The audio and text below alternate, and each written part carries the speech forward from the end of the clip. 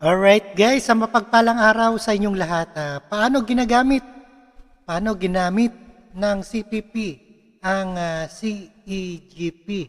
Ayan, narito ang programang matuwid at sa mga baluktot na paniniwala, mga usaping dapat malaman ng taong bayan.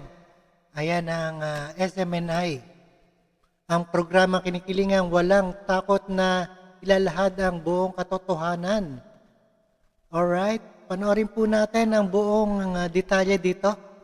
Paano ginamit ng CPP ang Sasabihin ko sa harap ninyo, karamihan ng inyo JP alumni ng CEGP. So ang mga College Editors Guild of the Philippines, nagiging journalist yung karamihan sa kanila dyan, nagiging active sa journalism. Si Tonyo ba? Tonyo Cruz CEGP. CEGP. Ronaldin Yes, Ulia correct. CEGP. Okay. But they are active CPP operative. Yeah. Alright, yan po ang laban ng bayan. Alright, without further ado, please subscribe. Dagdag ka lang kasi kung di ako nagkakamali ka, Eric, na itong CEGP, NUJP, mas lalo CEGP, talagang sa sektor to ng ng mga kabataan, ng estudyante. Kahit na hindi ka directly ma-recruit doon sa underground, pero yung influence kasi nila sa mga manunulat, ginagamit din kasi yung material. Meron ako makakilala na gano'n na hindi sila talaga totally recruited. Iba sa kanila, aktivista lang. Pero dahil sa galing din nila magsulat, di ba, pinapagawa sila ng mga statement, hanggang doon sila inuunti-unti. Yeah. So, ang sinasabi natin dito, yung crucial, no? Tsaka yung komplikasyon din. Ano ibig sabihin, Ina? Hindi Yeah. nila alam na Mayroon CPP? Hindi pa bang nila alam. na-recruit Meron ni mang, Maya? kasi ganito yung, Mga ganon. ma'am na rin ka, Sila pumayag na pumasok. Yeah. Di ba meron mga ganito isa sa Eric na even if they know it's CPP, pero hindi nila alam kasi talaga, ano ba talaga yung CPP? Yeah, yes, Isa yes. na So yun. kasi ako rin nung nalaman ko, parang ano bang Yeah. meron doon? Yeah. Di ba kasi nga ang frontela, ito ay isang alternatibo, o ito ang gobyerno ng mga mamamayan, Alright. etc. Okay. So ganun yung Stars. frontela. Hindi nila alam na isa itong teroristang organisasyon.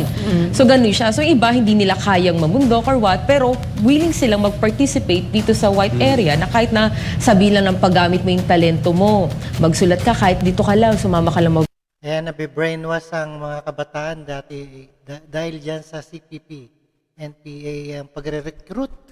organisa. May mga ganun kasing level tama ba ka, Eric? Tama. Kaya kahit na sabihin na natin na hindi sila totally part ng CPP, this is not red tagging again. Ito yung talaga yung komplikasyon, ito yung crucial na ginagawa ng CPP sa atin na kumbaga ba sa level, no, kaya kanya abutin kahit dun pa lang. Yeah. So yung pagtingin mo sa ating pamahalaan, That's true. sa ating bayan, sira na. That's true. Ang tawag That's din true. ni Yeah. Sina indirect allies. Yeah. Indirect allies. I Hindi know, sila- I was once such and I was an Indirect indirect ally. So what it looks like, what it feels like pag nandyan ka, the way it was done to me and to a lot of Yeah. UP students, Yes, ma'am. araw-araw dinadahan-dahan ka yung Exactly, ma'am. yung mga tarpaulin, yung mga exhibits, no, yung Rano Massacre, Massacre. ang sundalo ay tormentor, oppressor, abusado, Yeah. yan araw-araw dinadahan. Imagine asawa ko sundalo, naniwala ako doon. Oo, sa matagal na At saka panahon. ang mga public servants ay corrupt. Corrupt. Yan, at tamad. Pero pero ang tatay ko hindi public servant pero napakasipag, hindi tamad, hindi siya, he was incorruptible. Pero nakadikit yan hanggang Yung 50 laso na yan. hanggang 50. Alright, yan mga patotoo ng nila, ayan, doktora. Taan niya sa ko, Umabot biro sa'yo. mo. Yeah, tapos nagpunta akong DSWD nung nagtrabaho na ako kay PRRD. Tapos nakita ko, naku, mali. Ang galing-galing ng mga public servants. Talagang very humble, very hardworking. So, ganun, bit-bit mo yung hatred na yan. Yung Yeah. mga kasinungalingan nila na brainwash ka. So, that's what it feels like Yeah. for the vast majority of Filipinos na hindi mo alam CPP yan, pero nagagamit ka. Parang kumbaga woke. Dahil sa Woke ka. matagal na Yes. panahon, walang nagpaliwanag. Wala, One more wala na lang. nagpaliwanag. Yes. Wala. Di ba sa mga publications sa mga paaralan? Kasi natatanda ko ito na personal po itong experience, no? Yung pag sinasabi nga progresibong pananaw sa ating Ayun, lipunan. yun ang word. Yan Ang ganda kasi ng yung mga narrative words. nila, di ba? Oo. Yung ibang mga estudyante, hindi pa nila alam yan kasi nga tinataniman unti-unti. Kasi Yeah. parang yung narrative na yung pagiging critical, napaka-importante niya sa ating demokrasya. Yeah. So yun yung sinasabi natin mula dito. I mean, maraming di ba, school of thoughts, maraming way no para makita natin ang ating lipunan. Pero yung naging sa personal experience, yung naging narrative kasi ng CPP, di ba? Yung mga aktivista na yan. Sige, mga aktivista lang yan sila sa una. Pero again, doon nagsisimula. Doon nagsisimula. Yung pakikipaghamig, yung pakikipagdiskusyon, yung iding tinatawag natin, oy, pag-usapan natin itong nangyayari ngayon. So ito yung binibigyan natin na parang maging cautious kayo, lalo na yung mga magulang sa mga kabataan. Kasi 'di ba, pag nakakita kasi talaga ng isang tao na parang ay ang galing niya. Ang galing Critical magsulat, siya ang galing magsalita. Galing magsalita, magsulat, 'di ba? Yun pala. Natural, 'di recruiter. ba? Mapupunta ka doon eh. Natural mapapasama ka no kasi gusto mo magkaroon din ng malalim na kaalaman. Just so happen na ang mga lalo na pag 'di ba miyembro ka talaga ng CPP, iba na yung ano mo eh. Paano iba na rin yung goal mo. Tsaka Ina, meron din silang ginagamit sa mga taga-UP Yeah. na binibilog yung ulo nila na tayo yung angat, tayo yung matalino. Student Ayun. councils, 'di ba? So you become mayabang, Nagiging superior. arrogante Yes. ka na Science. mababa ang tingin mo pag medyo hindi na tama. You become intolerant. Yeah. Siya, pasista ka na. Yung political arrogance nagiging Yes. mataas na Yes. parang sila lang ang tama, Brother Binibilog Franco. talaga yung utak mo. Oo, kasi marami kang alam tungkol sa Magaling political silang intimidate, issues. ha? Yeah. Ang mga prominent tipong CEGP na mga CPP na nandyan pa, sasabihin ko sa harap ninyo, karamihan ng inyo JP alumni ng CEGP.